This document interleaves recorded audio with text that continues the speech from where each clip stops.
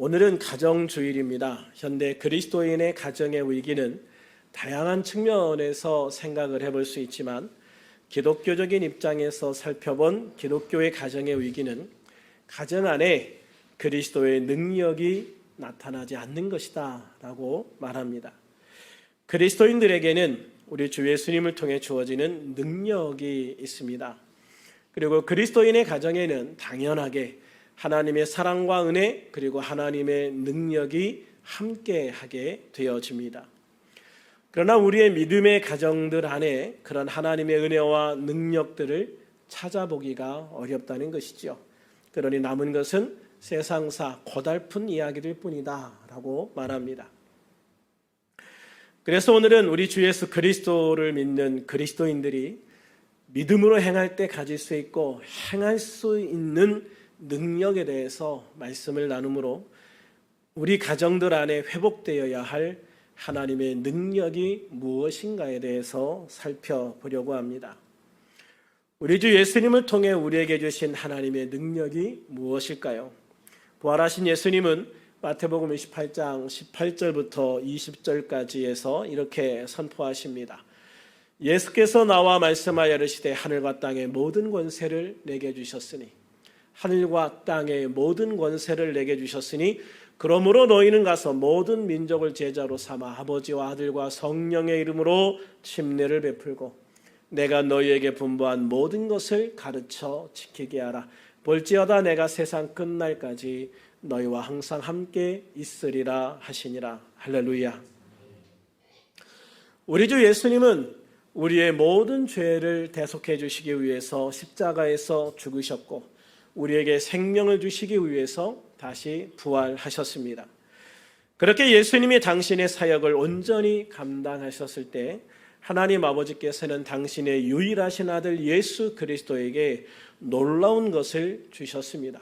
바로 하늘과 땅의 모든 권세입니다. 그런데 예수님은 당신이 끝까지 순종하심으로 받은 이 귀한 선물 하늘과 땅의 모든 권세를 당신의 이름을 믿고 순종하는 성도들에게 그리스도인들에게 우리에게 위임해 주셨습니다. 그리고 예수님은 우리에게 위임해 주신 이 모든 하늘과 땅의 권세를 가지고 세상 밖으로 나가서 세상에 복음을 전하고 가르치고 지키게 하라고 당부하십니다.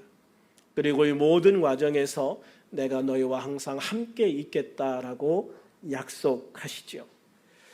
그러므로 하나님의 아들 예수 그리스도를 주님으로 믿는 우리들 개인과 가정 그리고 믿는 자들의 모임 교회에는 하나님의 권세가 함께하는 것을 믿으시기를 바랍니다. 하나님의 권세를 통한 놀라운 능력이 나타나야 정상인 겁니다. 이것은 너무나도 당연하고 자연스러운 것이죠. 우리 안에 하나님의 모든 권세와 능력이 함께하고 있기 때문입니다. 그러면 하나님의 모든 권세가 우리를 통해서 어떻게 나타나게 되어질까? 첫째로 예수님이 하나님이심을 믿어야 합니다. 예수님이 하나님이심을 믿어야 합니다. 본문 11절 같이 읽어볼까요? 시작. 내가 아버지 안에 거하고 아버지께서 내 안에 계심을 믿으라. 그러지 못하겠거든 행하는 그 일로 말미암아 나를 믿으라. 아멘. 예수님께서는 제자들에게 내가 아버지 안에 거하고 아버지께서 내 안에 계심을 믿으라. 즉 자신과 하나님 아버지는 완벽한 연합을 이룬 하나다라는 것을 강조하고 있습니다. 너희들이 이것이 믿어지지 않는다면 내가 행하는 그 모든 일로 말미암아서라도 이것을 믿으라고 말씀하십니다. 예수님께서 행하신 모든 기적과 표적은 사람으로서는 행할 수 없는 것들입니다. 그렇기 때문에 내가 행하는 모든 일들을 보면서 예수 안에 하나님이 함께 하시는구나 하는 것을 믿으라라고 말씀하시는 겁니다. 그러므로 우리가 예수님을 믿는다는 것은 예수님이 하나님이시며 예수님이 하나님 아버지와 하나됨을 믿는 것입니다. 우리의 구원이 하나님으로부터 주어지는 것임을 믿어야 하는 것이죠. 이 확신이 우리 믿음의 기초가 되어지는 겁니다. 요한복음 14장 9절에서 예수님은 빌립아, 내가 이렇게 오래 너희와 함께 있으되 내가 나를 알지 못하느냐? 나를 본 자는 아버지를 보았거늘, 나를 본 자는 아버지를 보았거늘 어찌하여 아버지를 보이라 하느냐라고 말씀하십니다. 그렇습니다. 예수님은 분명히 말씀하십니다. 나를 본 것이 곧 아버지를 본 것이다. 나를 본 것이 곧 아버지를 본 것이다. 예수님께서는 당신과 하나님 아버지는 하나라는 것을 분명히 증거하고 계시는 겁니다. 그러므로 예수님이 곧 하나님이심을 믿음으로 인해서, 예수님이 곧 하나님이심을 믿음으로 인해서 더 나아가 성부, 성자, 성령 삼일체 하나님을 온전히 믿음으로 인해서 우리 가정 안에 하나님의 능력이 나타나는 그런 믿음의 가정이 될 수 있기를 우리 주님의 이름으로 축원합니다. 두 번째로 예수님은 당신의 이름을 믿는 자들에게 성령으로 능력을 주신다는 것을 믿어야 합니다. 12절 같이 읽어볼까요? 시작. 내가 진실로 진실로 너에게 이르노니 나를 믿는 자는 내가 하는 일을 그도 할 것이요 또한 그보다 큰 일도 행하리니 이는 내가 아버지께로 감이라. 아멘.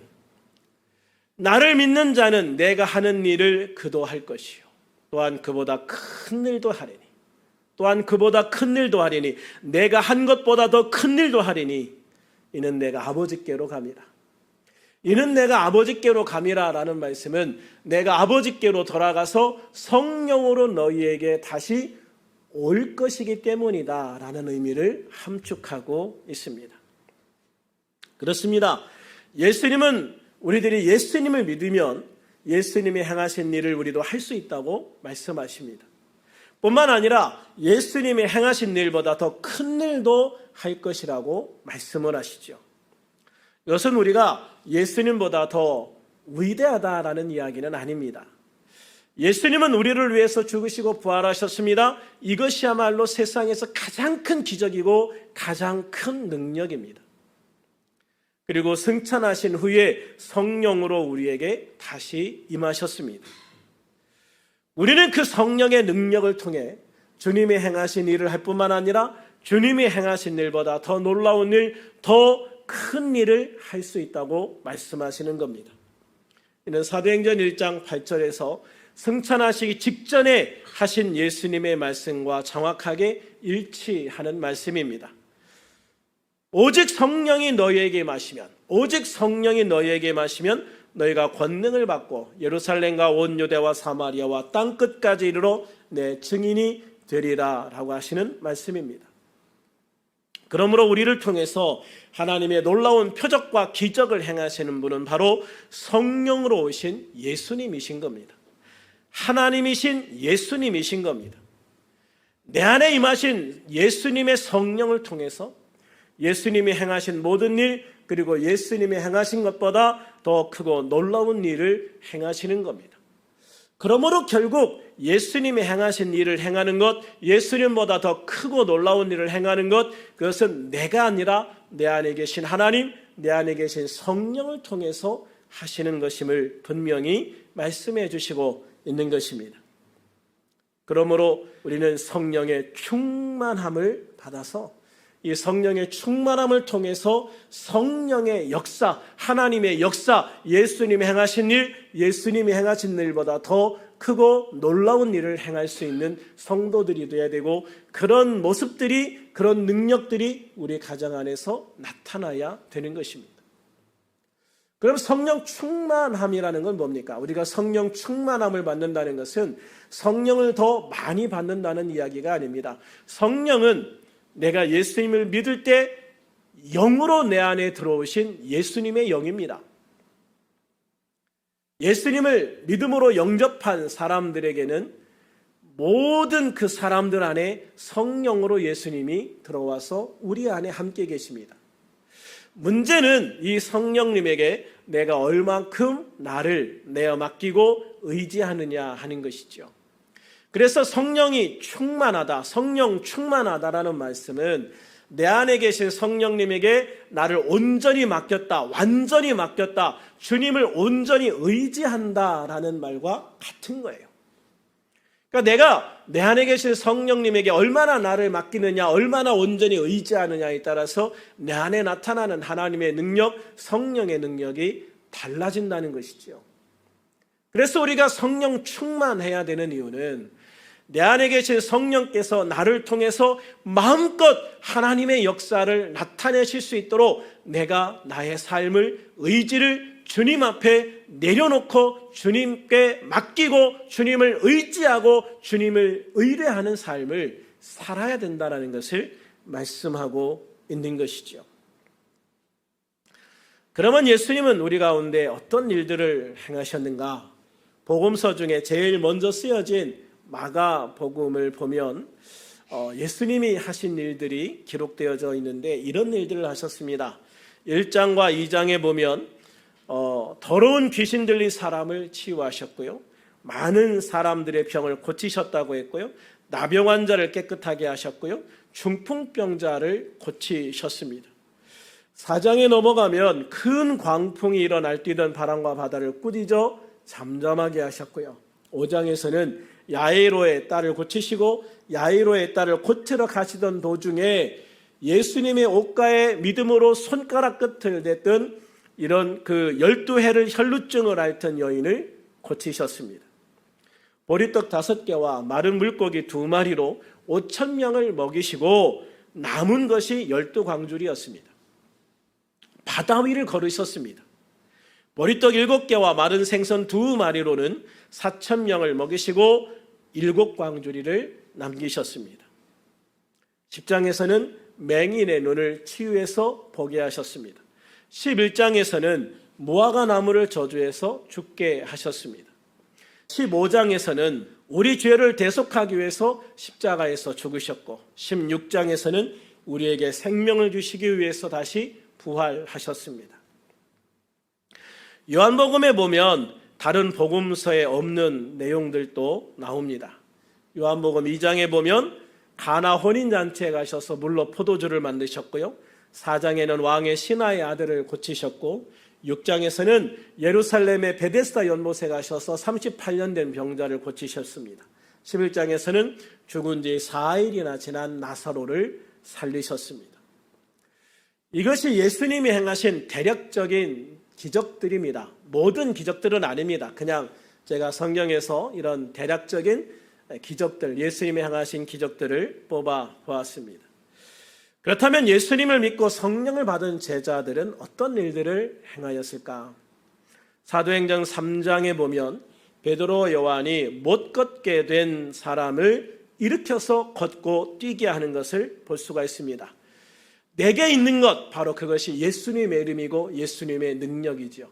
내게 있는 것을 내게 주노니 곧 나사렛 예수 이름으로 일어나 걸으라 할 때, 태어나서 한 번도 걸어본 적이 없는 사람이 벌떡 일어나서 걷고 뛰는 역사가 나타나게 되어지는 겁니다. 사도행전 5장 12절에 보면 사도들의 손을 통하여 민간의 표적과 기사가 많이 일어났다고 증거합니다. 그러니까 일일이 어떤 병이 고쳤습니다, 어떤 귀신이 나갔습니다, 이거를 이야기할 수도 없을 만큼 수많은 표적과 기사가 사도들을 통해서 일어났다고 말씀하고 있습니다. 또 사도행전 6장 8절에 보면 7 집사 중에 한 명인 스데반 집사가 은혜와 권능이 충만하여 큰 기사와 표적을 민간에 행하였다고 했습니다. 그래서 사도행전에 보면 스데반 집사나 빌립 집사들을 통해서 놀라운 기적, 놀라운 역사들이 나타나는 것을 보게 되어집니다. 이것을 통해서 보면 단지 스데반 집사나 빌립 집사뿐만 아니라 집사로 임명되어진 모든 집사들도 때로는 집사로 임명받지 못했지만 주님 안에서 믿음으로 행하는 수많은 성도들이 이런 기적과 능력을 행했음을 보게 되어지는 겁니다. 9장에는 베드로가 중풍병자를 고치고요, 도로가를 살리는 장면이 나옵니다. 20장에서 사도 바울은 3층 창에서 떨어져 죽은 유두고를 살립니다. 이처럼 성령을 받은 사도들과 집사들까지도 성령 충만할 때 기사와 표적을 행하게 되어집니다. 놀라운 기적들을 행하게 되어지죠. 이런 능력들은 어떤 특별한 사람에게만 주어지는 것이 아니었습니다. 모든 믿는 자에게 주신 하나님의 권세와 능력이었음을 말씀하고 있습니다. 마가복음 16장 17, 18절에 보면 믿는 자들에게는 이런 표적이 따르리니 라고 말씀하고 있습니다. 그러므로 모든 믿는 성도들에게는 이런 표적들이 따라오게 되어져 있는 것입니다. 어떤 표적들입니까? 예수 이름으로 귀신을 쫓아내고 새 방언을 말하고 뱀을 집어올리며 무슨 독을 마실지라도 해를 받지 아니하며 병든 사람에게 손을 얹은 즉 낫는 표적들입니다. 이런 표적들이 모든 믿는 자에게 따라올 것이다. 할렐루야. 그러니 저와 여러분 모두에게 이런 표적을 행할 수 있는 능력이 주어져 있음을 믿으시기를 바랍니다.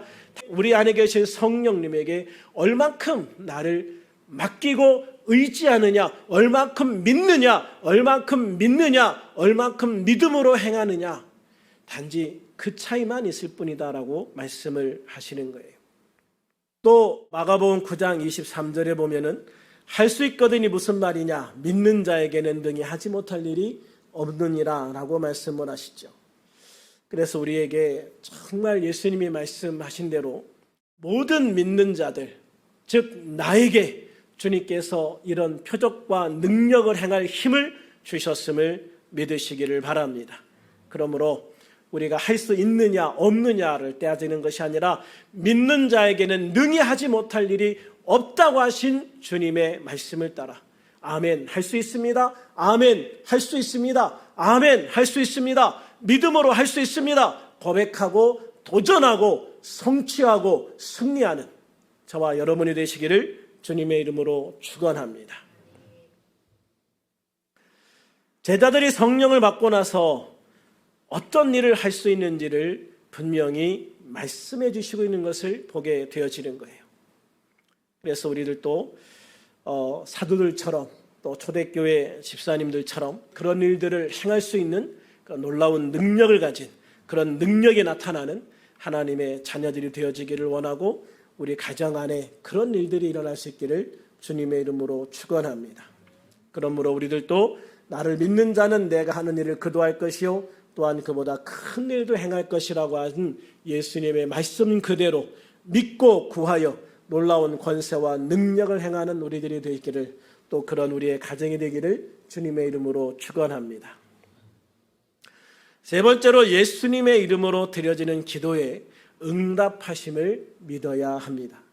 13, 14절 같이 읽어볼까요? 시작. 너희가 내 이름으로 무엇을 구하든지 내가 행하리니 이는 아버지로 하여금 아들로 말미암아 영광을 받으시게 하려 함이라. 내 이름으로 무엇이든지 내게 구하면 내가 행하리라. 아멘. 내 이름으로 무엇이든지 내게 구하면 내가 행하리라. 할렐루야. 예수님께서는 우리의 기도가 예수님의 이름으로 행해질 때 반드시 응답될 것이다 라고 말씀을 하십니다. 예수의 이름이 기도응답의 핵심이다, 키다 라고 말씀을 하시는 것이죠. 그래서 우리는 예수님이 하나님이시라는 것을 믿어야 하고요. 하나님 아버지와 예수님이 하나라는 것, 더 나아가 하나님 아버지와 예수님과 성령님이 하나라는 것을 믿어야 하는 것이죠. 하나님께서 예수님께 하늘과 땅의 모든 권세를 주셨다는 것을 믿어야 하고요. 예수님께서 믿는 우리들에게 하나님이 주신 그 모든 하늘과 땅의 권세를 우리에게 주셨다는 것도 믿어야 하는 것입니다. 그 믿음 위에 예수님의 이름이 더해질 때 예수님의 제자들처럼 초대교회 집사들처럼 예수님이 하신 일을 할 수 있게 되어지는 것입니다. 예수님보다 더 크고 놀라운 일을 할 수 있게 되어지는 것입니다. 내 이름으로 무엇인지 내게 구하면 내가 행하리라. 할렐루야. 이 14절 말씀처럼 예수님의 이름이 곧 기도응답의 보증이 되어지고 예수님의 이름이 하나님의 능력이 되는 것입니다. 그래서 사도 요한은 요한일서 5장 14절에서 우리가 그를 향하여 가진 바 담대함이 이것이니 그의 뜻대로 무엇을 구하면 들으심이라 라고 말씀하고 있습니다. 예수님을 통해 얼마나 놀라운 일이 이루어질 수 있는가를 알게 될 때 우리는 세상에서 진정한 담대함을 갖게 되어지는 겁니다. 무엇도 두려워하지 않게 되어지는 것이죠.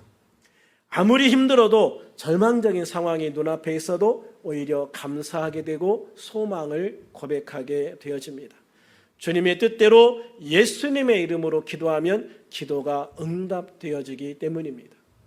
그렇기 때문에 우리 가정들은요, 이런 기도 응답을 받는 기도 공동체가 될 수 있어야 돼요. 기도를 통해서 하나님의 능력이 우리 가운데 온전하게 임하고 나타난다는 것을 우리 가족 구성원 모두에게 공유할 수 있는 그런 가정이 되어져야 된다고 하는 것이죠. 주님의 은혜, 기도의 응답을 함께 나눌 수 있는 가정이 되어져야 된다는 것이죠. 그러기 위해서 우리 가족 구성원이 힘들고 어려울 때 그 힘들고 어려움을 기도 제목으로 내놓을 수 있는 그런 가족 분위기가 만들어져야 하는 것입니다. 그래서 가족이 전체가 가족 구성원의 아픔과 고통을 위해서, 때로는 그들이 가지는 소망을 위해서 함께 기도할 수 있어야 되는 것이죠.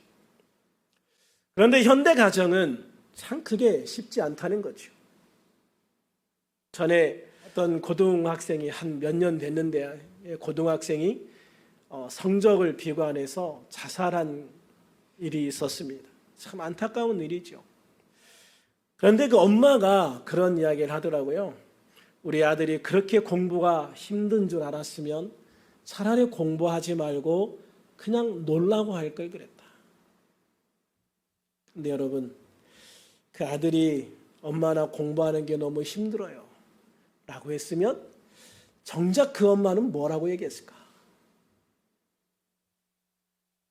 공부가 그렇게 힘들어? 야, 공부가 다가 아니야. 야, 놀아, 좀 쉬어. 그렇게 얘기했을까요?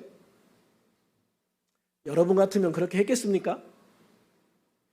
아들이 죽은 다음이니까 그렇게 할 걸 하는 거죠. 정작 아들이 그 고민을 얘기했을 때 그 엄마는 절대 그렇게 얘기 안 했을 겁니까? 야, 세상 사람 다 힘들어. 너만 힘들어? 다 공부하기 힘들어. 모두가 힘든 거야. 이걸 이겨내야 네가 성공하는 거야. 그런 얘기 하지 않겠습니까? 그래서 아들은요, 엄마에게 정말 내가 죽을 것처럼 힘들다는 얘기를 못하는 거예요. 그러니까 내가 죽어야만 이 고통에서 끝날 수 있다는 생각을 하게 되어지는 거죠. 그래서 여러분, 가족은 안식처가 되어야 됩니다. 마음이 쉬는 곳이 되어야 됩니다. 그래서 가족 구성원 서로의 힘듦을 이야기할 수 있어야 되고, 그거를 들어줘야 되고, 그걸 위해서 함께 기도할 수 있는, 우리 하나님의 능력으로, 예수님의 능력으로 기도할 수 있는 공동체가 돼야 하는 거예요.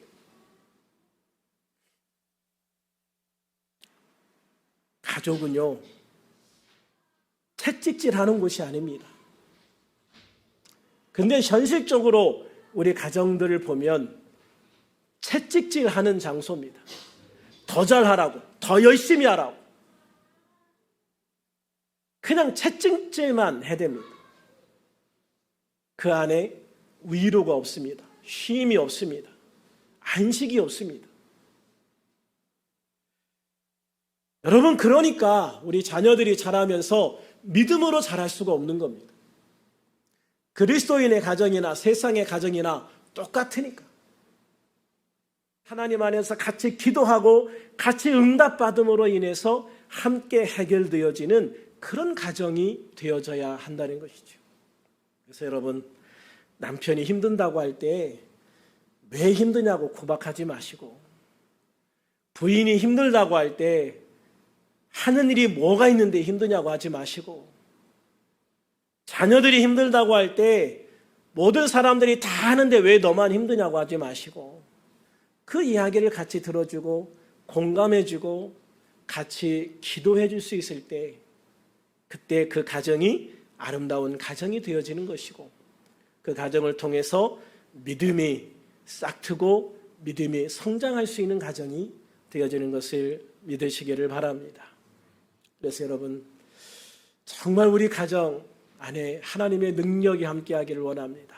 정말 우리 가정이, 우리 교회가, 우리 개인의 삶이 정말 믿음 안에서 믿음으로 위로받고 믿음으로 힘을 얻고 같이 기도하고 응답받고 하나님의 역사를 나타낼 수 있는 그런 기도 공동체가 되어줄 수 있기를 소망합니다.